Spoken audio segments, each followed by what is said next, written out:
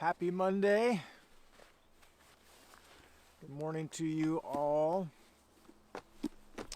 November 15th. Hope you enjoyed your weekend.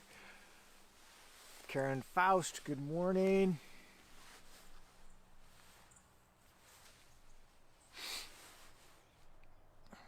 Deanne Fine, good to see you this morning.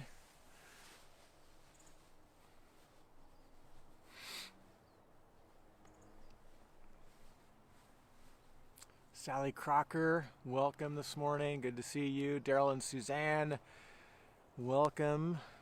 Are you guys at home right now in Arizona? Or are you traveling? Are you with another friend or family member? Richard Van Ellen, good morning. Jonathan Cassis, welcome this morning.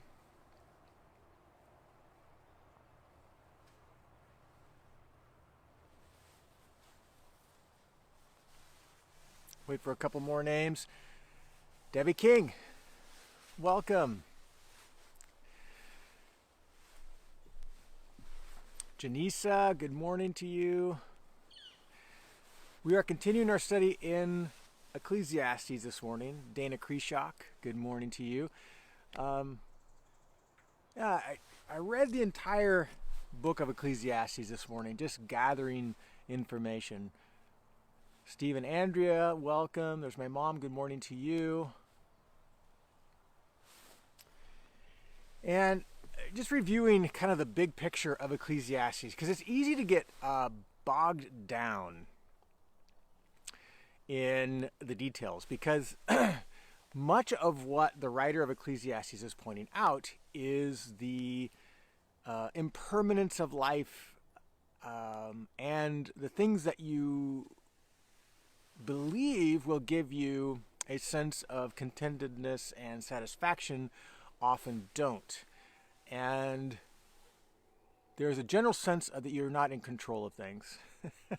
So the writer of Ecclesiastes is helpful to us because so much of our life is in pursuit of these things. Of contentedness, wealth, status, career, pleasure, wisdom, godliness. And the writer of Ecclesiastes helps us in all of these observations to understand that two things. He says it's all meaningless or vanity. And this is a difficult word to grab a hold of because in the Hebrew, it literally refers to a vapor or smoke. And so what does the teacher mean by this word? And it's often translated vanity or meaninglessness or this kind of thing. So if we just look at the rest of the book of Ecclesiastes and see what we can understand, because he says it over and over and over and applies it in different circumstances.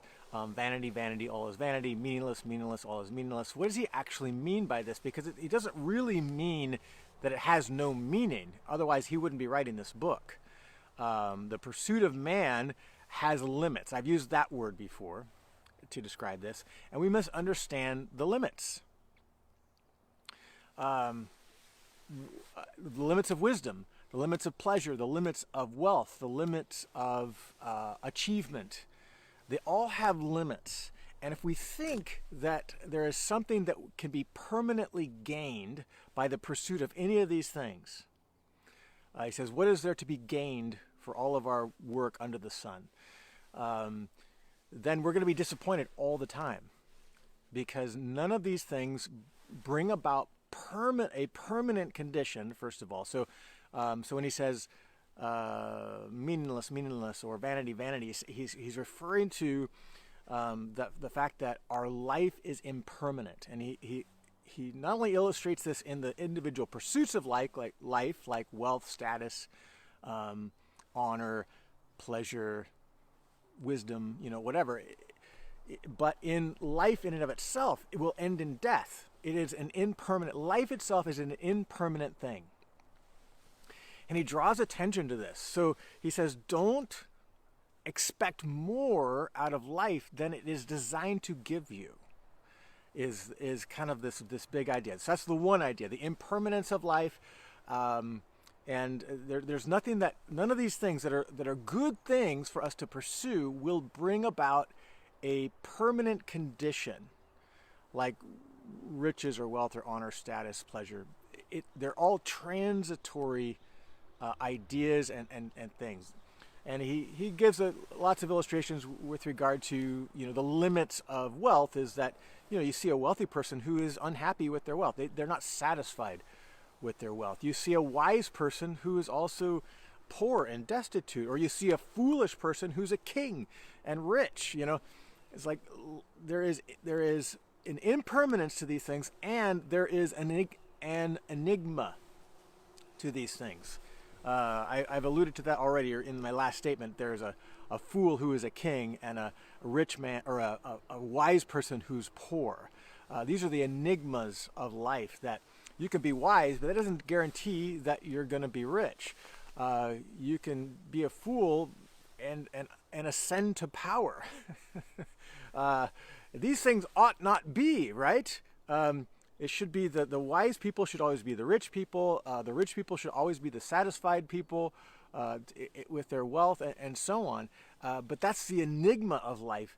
It doesn't always happen that way. There's oppression, there's injustice, there's very rich people who are very miserable. So the writer of Ecclesiastes is pointing these things out to us to help us. Even though it sounds kind of fatalistic and cynical, that's not the point. And I'm going to read you just an example that kind of embodies this. This is the end of chapter 5 and the beginning of chapter 6, and I'm going to read them in reverse order. So the beginning of chapter 6 says this: "There is an evil that I have seen under the sun." So this phrase, under the sun, remember, is what we experience in life. "There's an evil I have seen under the sun, and it lies heavy on mankind." It's not just my experience, he says. It's everybody can see this and experience this and knows this. He says, "A man to whom God gives wealth, possessions, and honor." These are examples of three things that we believe will also make us content, will also make us happy, will bring joy and satisfaction to our lives. Wealth, possessions, and honor, status, and he says, there's somebody who's achieved those things, and he lacks nothing of all that he desires. Yet, here's the problem, God does not give him power to enjoy them. That's the point. We've been talking about this to this point. That rich, status, wealth, everything is impermanent. It's not going to be something you can put in the bank that will just create this steady sense of meaning and enjoyment and joy. They do have those things, but it's not a permanent condition. And riches can easily go away, right? In one bad investment. Or a thief will break in and steal, or whatever it is, possessions and so on. And the enigma is that you can have all these things yet be miserable. You can have all these things, power, status, honor. I mean, honor is a good thing. People want to be honored. I mean, when we honor someone in our world, that is a very positive, good thing. Yet the enigma is somebody can have all of that and not enjoy it and be miserable in that. So that's the latter passage. I'm going to read now what came just before this.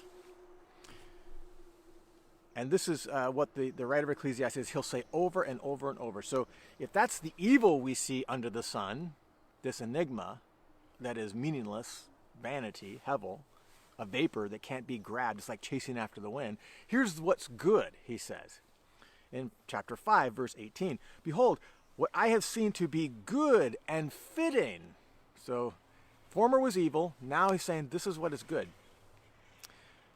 "Is to eat and drink and find enjoyment in all the toil with which one toils under the sun, the few days of his life that God has given him, for this is his lot." So what is good? Enjoy the food you have today. Enjoy the work you have today. That is your lot. This is the good thing. If you can enjoy what you're doing today and your experience today, you're way ahead of the person who's rich and is miserable. Enjoy the little or the much you have today. And if you can enjoy that for what it is, then you have found a good thing. And he says this is our lot. So what does he mean by that? When we talk about this being your lot in life, it means that it's something outside of your ability to control. This is something that was given to you, and you didn't earn it, you didn't gain it by your achievement or work or whatever. It's just something that is. This is your sphere. You can draw a box, and you're in that. That's your lot. That's what this phrase means. He says so that he is. The writer is telling us if we understand our limits, our lot in life refers to our limits, the things that we cannot control. If we understand that and accept it, and hold life with an open hand, say, yes, I'm enjoying a good thing today, then enjoy it.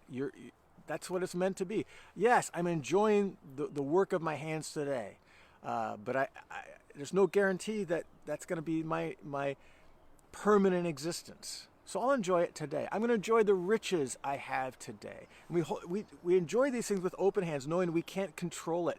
They're impermanent. They're transitory.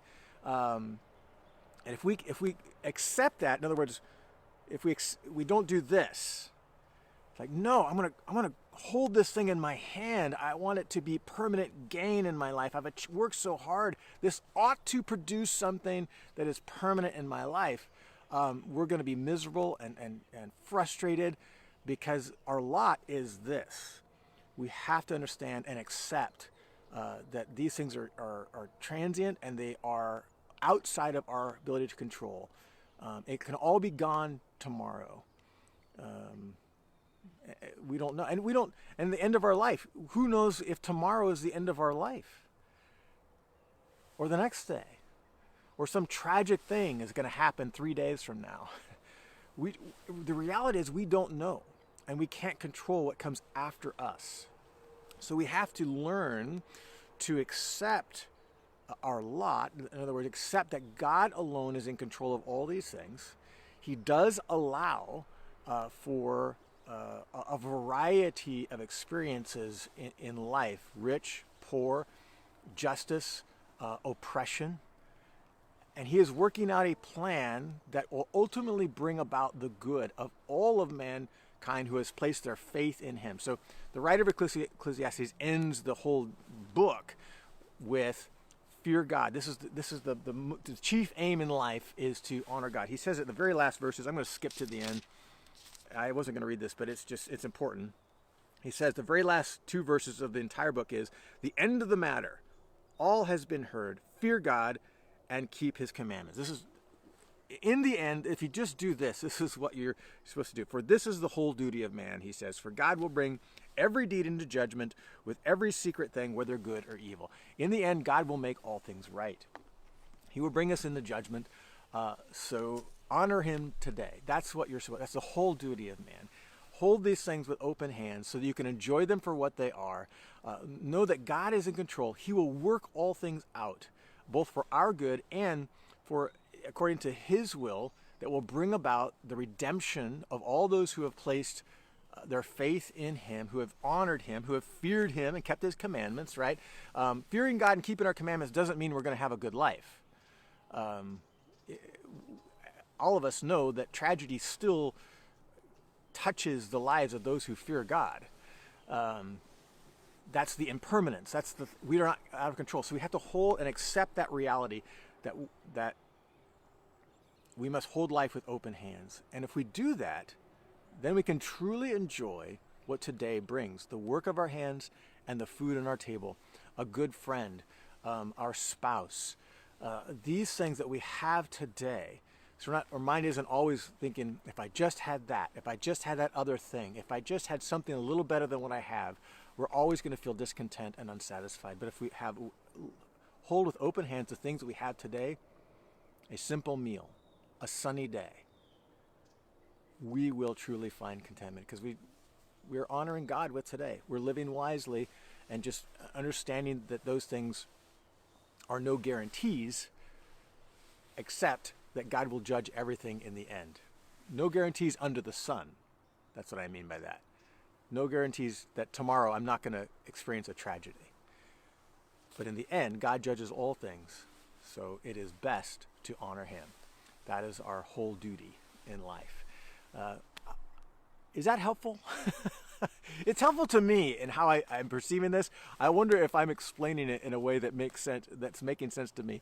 So anyway, I hope that this, because Ecclesiastes is going to be read with a cynical mindset, and it's really not the point. The point is, let's embrace the limits of life and understand that God is in control and enjoy life for what it is. So I pray that is your experience today.